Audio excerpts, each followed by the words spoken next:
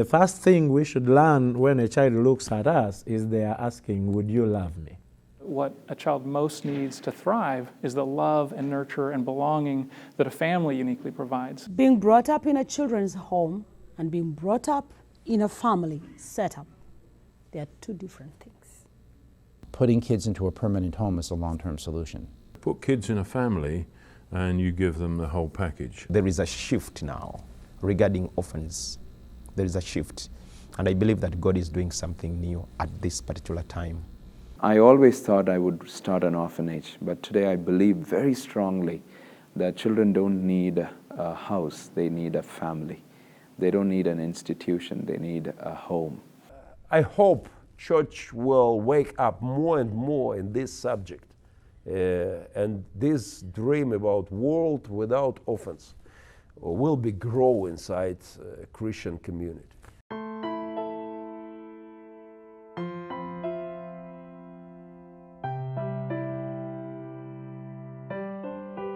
What are the best solutions for orphans and vulnerable children? Very often people from the West tend to think that, oh, let's build orphanages, let's support orphanages. And it's puzzling because if you look at what's happening in these countries, I mean in the Western countries, it's been already a long time when there is a clear realization that children need to be in families. So I think that's something that the church in the West somehow needs to pick up, that even although we are talking about some developing nations, some hard situations, but still we need to start with focusing on the families. The time of institution is past. It's super important for us to get abandoned kids into families as quickly as possible, in the States as well as in other places, that we don't need kids to be on a treadmill of different placements, especially during those developmental years. They need to be safe, they need to be nurtured by the same people consistently, and that needs to happen urgently. Otherwise, you are creating the people that are going to cause the most problems for your society later on. Who are the greatest targets for human trafficking? Orphans. You know, who are some of the people that are vulnerable to, you know, to the drug trade? Orphans. En mi país, a los 18 años salen de las casas de cuidado y no tienen nada, familia, ni trabajo, ni estudios, así que vuelven a las calles para prostituirse, consumir drogas. At the end of the day, institutions create dysfunctional, dependent people. You know, we see a lot of sociopaths and psychopaths because they've not had that attachment, they've not had the ability to build relations and attach with people, and so they form a new subculture. If there is a child that has been trafficked, most likely it means that there was no one who loved and cared for the child. If there is a child that is, you know, is involved in child labor and is being abused, there is no one there to love and protect that child. So if we come from this approach, then this whole concept of making sure that children grow up in loving and caring homes would, by itself, would resolve a whole lot of other issues. There's almost a signature of kids who come out of institutions. In fact, Michael Rutter, who's a very distinguished child psychiatrist, has argued that it's an institutionalization syndrome.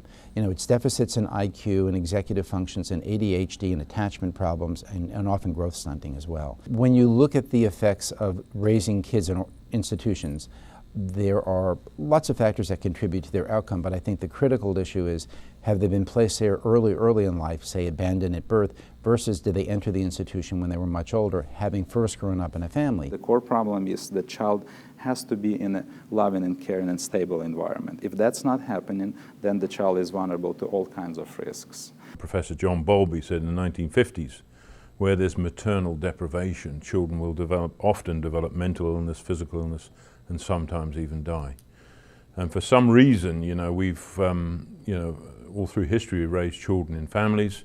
You know, as a Christian, I believe God made the family for the child. And then for some reason, about a couple of hundred years, we start to decide to put them in warehouses and wonder why they don't do well. We have children's homes, we have orphanages, and I think those have been created by the people who come with funding, and they come in and prescribe, you know, how, you know, children should be taken care of. But, you know, the model that we have been using, especially in the villages, is an extended family. When we prioritize a child's material needs above their emotional and social needs, it relates to a response that we have, which is taking children out of that context of material poverty and trying to address those aspects of material poverty through orphanages and providing education, and neglecting the other aspects of poverty, which is actually being empowered in your community, in your family setting. So I think that really understanding what poverty is from the perspective of those communities is really critical to addressing some of these issues. In some parts of the world, the very presence of an orphanage can create a pull effect upon otherwise good families, where the parents see that the level of education or food or other things that they cannot adequately provide at home is provided in this residential care facility, and so they hand their children over unnecessarily. And in cases like that, we would really affirm that the number one responsibility of the church has to say, we will help these children thrive in their family of birth, rather than creating a facility that draws people out of families. There was 1,500 orphans in that orphanage, 1,500 children. And in my travels, when I've been to so many different orphanages, I began to see children who were abused. I began to see children who came out of orphanages. They grew up physically, but they were not secure in the Lord. They were in a place where they didn't really have that connection, and they were people who never mentored them. They were not accountable. They were in places where they didn't know how to make choices. They were left on their own. And that's where my perspective of orphanages changed. I'm not saying that there is no place for any kind of institution, but it's always a last resort. And all our resources, all our efforts should be aimed to what we can do to either preserve children in their families, or if it's not possible, to find new loving and caring homes for them. And I know that it may look from Western perspective that how can it be impossible in places like Uganda or in places like Bangladesh when there is so much poverty and there are so few resources. But by being in many of those places and knowing some of those families, it is possible. So we should change the paradigm, the way we think about some of the things.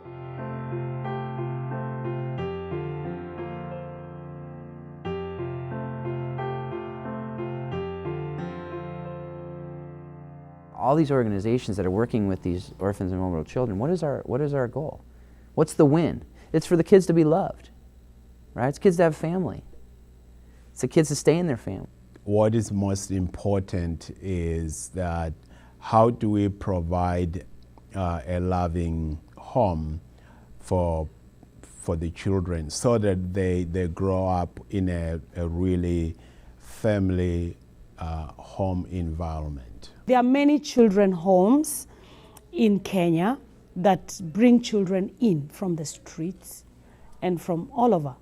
But most of them, it's like kind of they are looking for money from different places to support them. But we are encouraging the people in the churches, the leaders, that's why we call them, to like encourage the members. If you have 2 children, you can take in another one into your home. It's not just enough to say that we don't need orphanages, especially in some places there might be still a need for some sort of an institution that would provide ideally temporary care for children before they go to families. But this, I'm not so much worried about paradigm shift being, oh, we don't need orphanages, as this being very clear, we need families. There are so many children that we have in children's homes that we can trace their homes.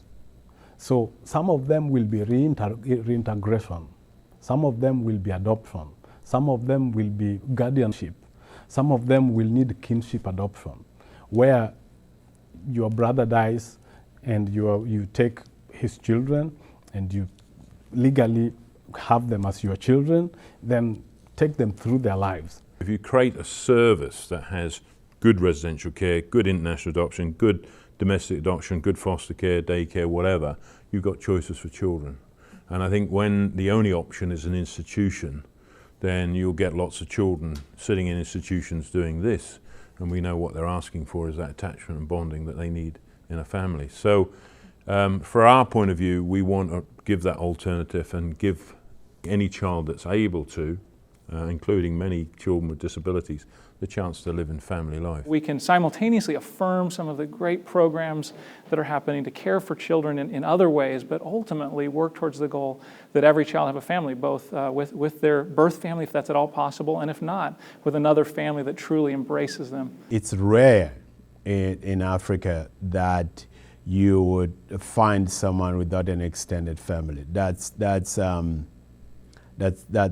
doesn't happen in Africa. You always have an extended family. It's estimated that globally there are more than 150 million children that are classified as orphans, but that includes children who've lost one or both parents. And so for the large majority of these children, they have a surviving parent, and many others have relatives or others who are willing to provide a quality home, but often they require significant support and strengthening. And of course, the Bible so often pairs widows and orphans in the same section.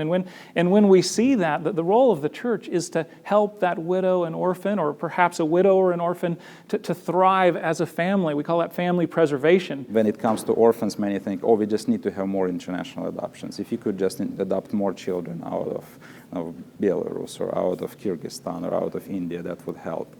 Well, I'm not saying that international adoptions are not helping. There are many kids that, basically they've got a new life by being adopted to different countries. But if you look at the big picture, this is just a very small portion of those children that need help.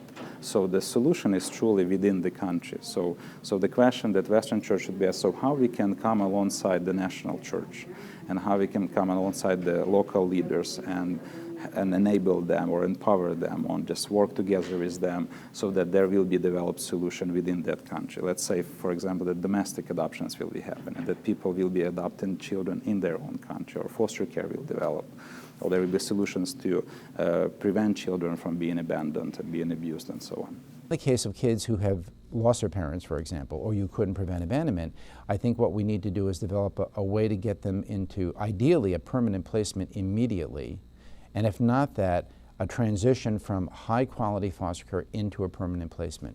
But we shouldn't be thinking of foster care at all as a long-term solution to this problem. Putting kids into a permanent home is a long-term solution. Familias. Necesitamos familias. Tenemos los dos programas, con familias de cuidado y con instituciones. Y los chicos que salen de familia tienen muchas más oportunidades. Los cuidan, se los dejan hasta después de los 18. Les ayudan a salir adelante. Son como mentores que los aconsejan, los guían, les ayudan a superar sus traumas. A diferencia de una institución que por más amor y cuidado no hay, sigue siendo un tema colectivo y no individual, entonces no es tan fácil sacarlos adelante. In India, one of the initiatives me and my wife are taking in is to challenge many more couples to adopt children, and even if they don't adopt children, we are challenging them to foster children. So we envision in the next 10 years to set up 100 family units across India, is what our vision is. And our family has become a role model where people are coming in and spending time with us to be trained. In all our projects in China, there's one support worker for 20 families. And so we're training those people to support 20 families in the community. And those families can say, hey, we've got an issue, and there's someone there to come out and help. There's no fairy tale. It's hard. It's great. It's awesome. We love how God has brought our children into our family, and we love our children deeply. But we can't deny that it's messy. Adoption comes because there's brokenness. And ultimately, when you step into adoption, you have to realize that at some point as a family, all of you are going to have to deal with that brokenness.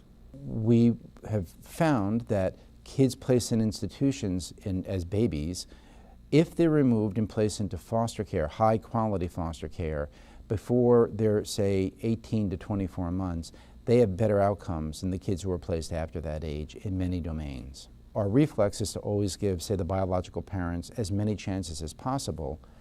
This is when they're not orphans. This is when they're abandoned, say, or maltreated. And I think we're going to have to face the hard dilemma of rethinking that. We need to change the laws that insist that 1 or 2 or 3 years have to be spent searching for the biological parents, for example, before the kid can be adopted. En La experiencia que hemos tenido, sobre todo con adolescentes, que no tenían esperanza, que ellos se ven a sus 14, 15 años tan cerca de salir y con tan pocas cosas, herramientas para salir adelante, pero ya casi tienen que irse. Entonces, creo que en los últimos años nos hemos dedicado a buscar familias de adopción para estos adolescentes. Hemos logrado ubicar 9 adolescentes en un año. Eso es realmente un logro, porque adolescentes casi nadie adopta. Y hemos visto el cambio. Hemos visto a estos jóvenes florecer, sus ojos, la estatura, la manera de comunicarse con los demás. The question we should ask, how do we provide permanency for children? So it may be through adoption, it might be through foster care, it might be through relatives, through guardians. So there are different ways, but the question should be what's going to happen when child will turn 16 or 18? What's going to happen when they will be getting married and having their own children? Who will be the family they can go back to and call their dad and mom? And it's not to be dependent on them, but I think there is something that not all of us think about, that we need parents not just when we are children. We need parents as long as they're alive. One of the struggles that my wife has, even now, we have been married for 17 years, but she was in the orphanage center where she had food, she had medical treatments, she had school, she had everything that she needed in the orphanage center. But at the end of the day, even now, she's struggling with one thing: identity. She's like, who is my model? Who can I call a mother? Who is my daddy? She's teaching herself to be a mother because no one has ever told her to be a mother, and no one has ever told her that you can be a great mother. Yeah. So that's one of the challenges when our children are in the orphanages. It's a girl that was adopted 2 weeks before she turned 18, and everyone would say there is no chance that there can be a permanent forever family for this girl, and she had it 2 weeks before she turned 18. And now she's married, she has children, she has a child, but she has also parents, and she can always call and she can visit, and that's something that she never had before in her life. This is so important point. And my message for all church around the world: please, don't afraid. Adopt children. Take them. Give them best present around the world. Father and mother, good family. This is the real best present for children.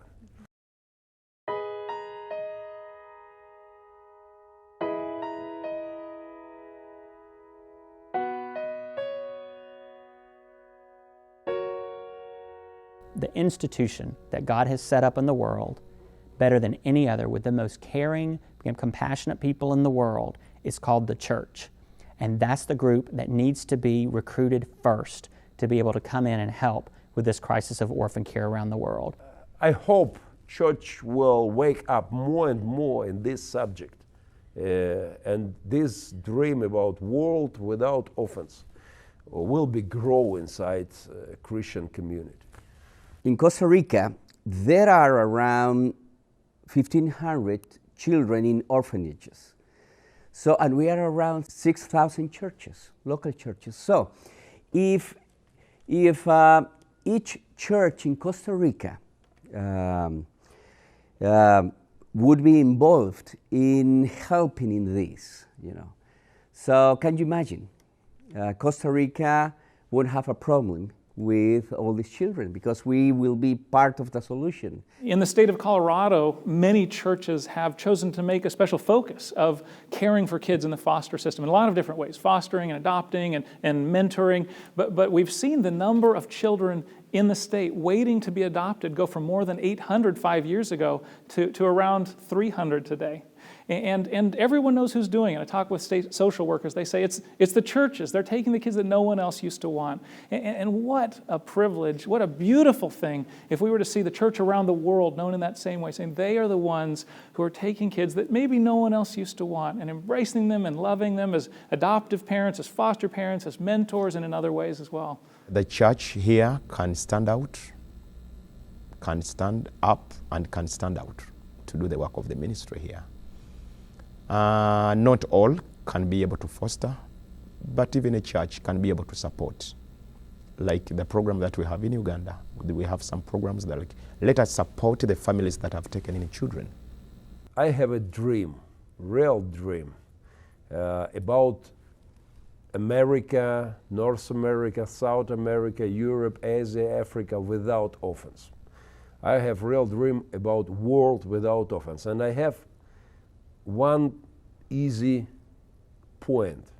If we have so many churches around the world, if one church find 1, 2, 3 family who will adopt 1 children, we will have big, amazing result. No orphans around the world. It's a recognition that church has to play the key part in this, and we cannot outsource this to the government or to NGOs. I think that's something that has to be established. And I'm not saying that church will do everything. We need government to do a lot of things, and we need NGOs. But if you are looking at orphanhood not only as a social issue, but as a spiritual challenge, then that's how it helps us to see that only church can truly provide the solution to this. I do have deep hope that over time the church can reawaken to the beauty of what is seen when the church is caring for orphans in their distress, when the church becomes that father or mother as a community to children in various ways. Sometimes that's preserving existing families, sometimes that's fostering, sometimes it's mentoring, sometimes it's adopting, it's all those things. But when the church reawakens to that, indeed, it will be a beautiful day. We also need to work in solutions to see that children aren't orphaned, and to see that that families are able to remain intact, and to see that the church is active in being able to minister to people before they enter into crisis. And so it's not an easy solution.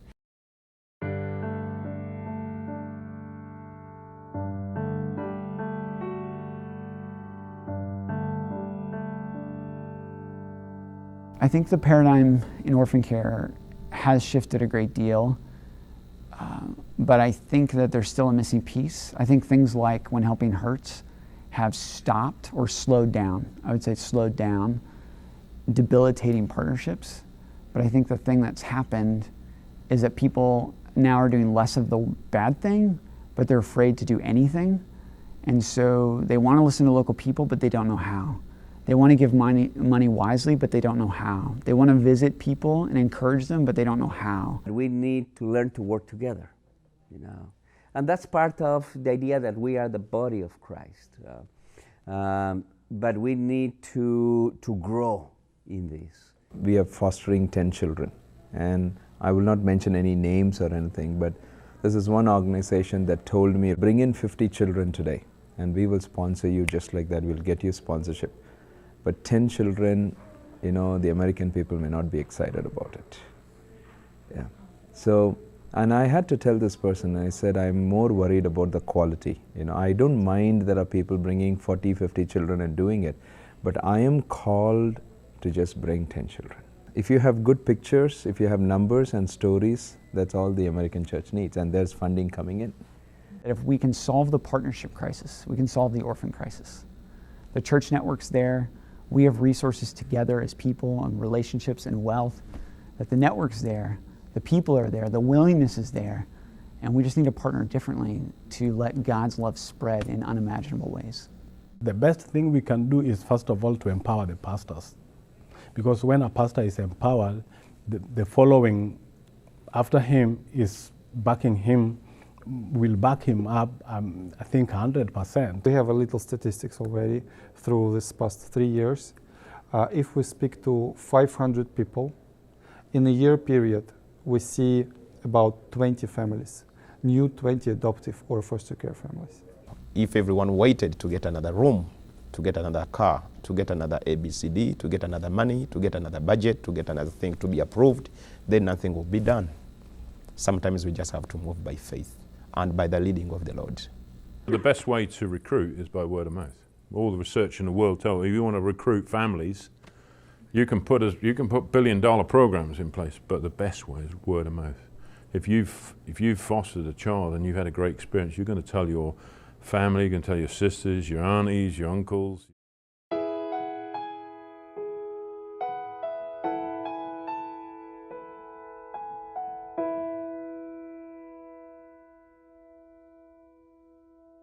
Russia can become a country without orphans.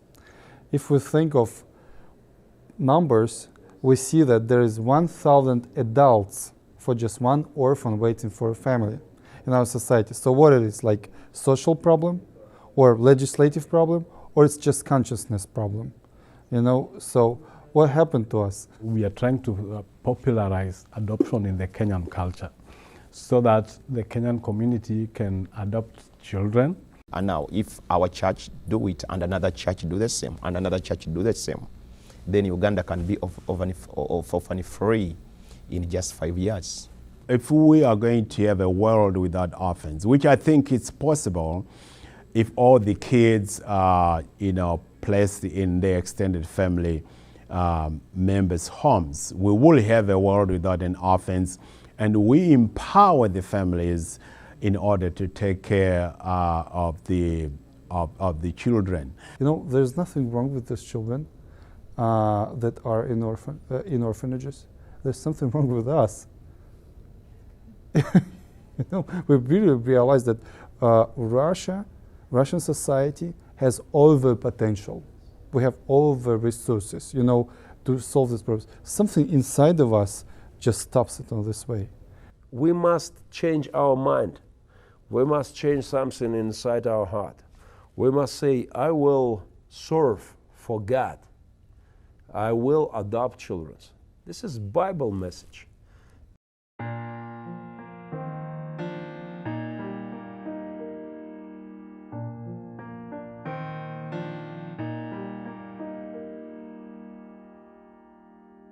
God called His people out. God called Israel out to care for orphans and widows and sojourners and the poor. And there was a consistent message that He gave to His people, and He's continued to give to His people, that we see evidenced all the way to James.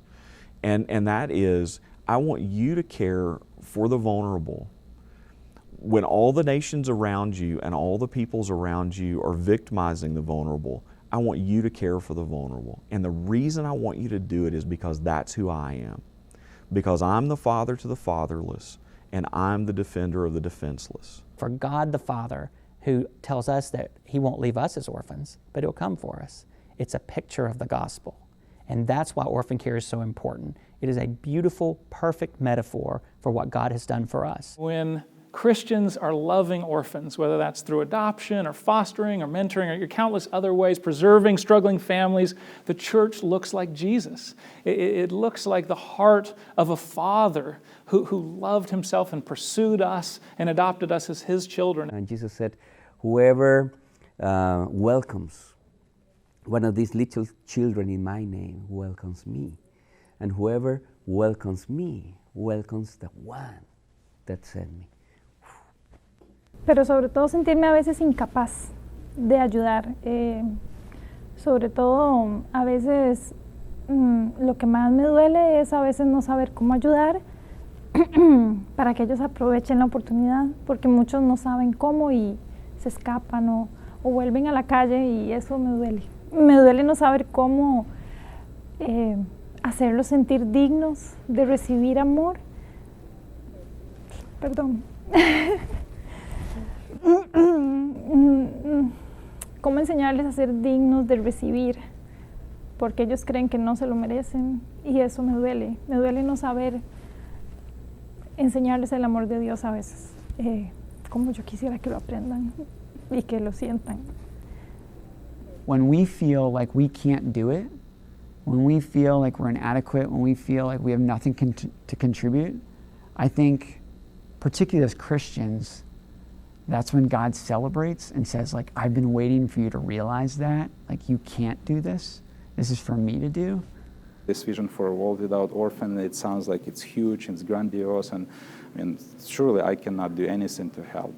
But the fact is that every person can do something, and everything matters here. Even one prayer matters, and just helping financially a family that is adopting child matters. Organizing Orphan Sunday in your church matters. So there is a place for everyone, and only a small percentage of us actually needs to adopt. And honestly, there are not even as many children that need to be adopted.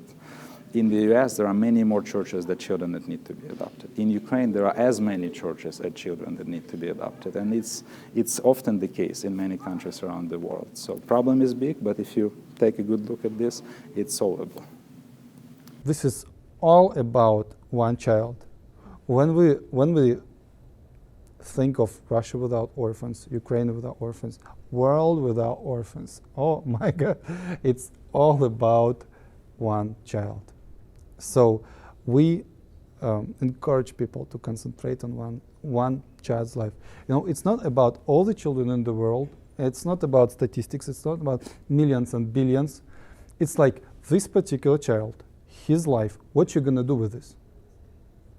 And when we think of the world, let's think of the world of this particular child.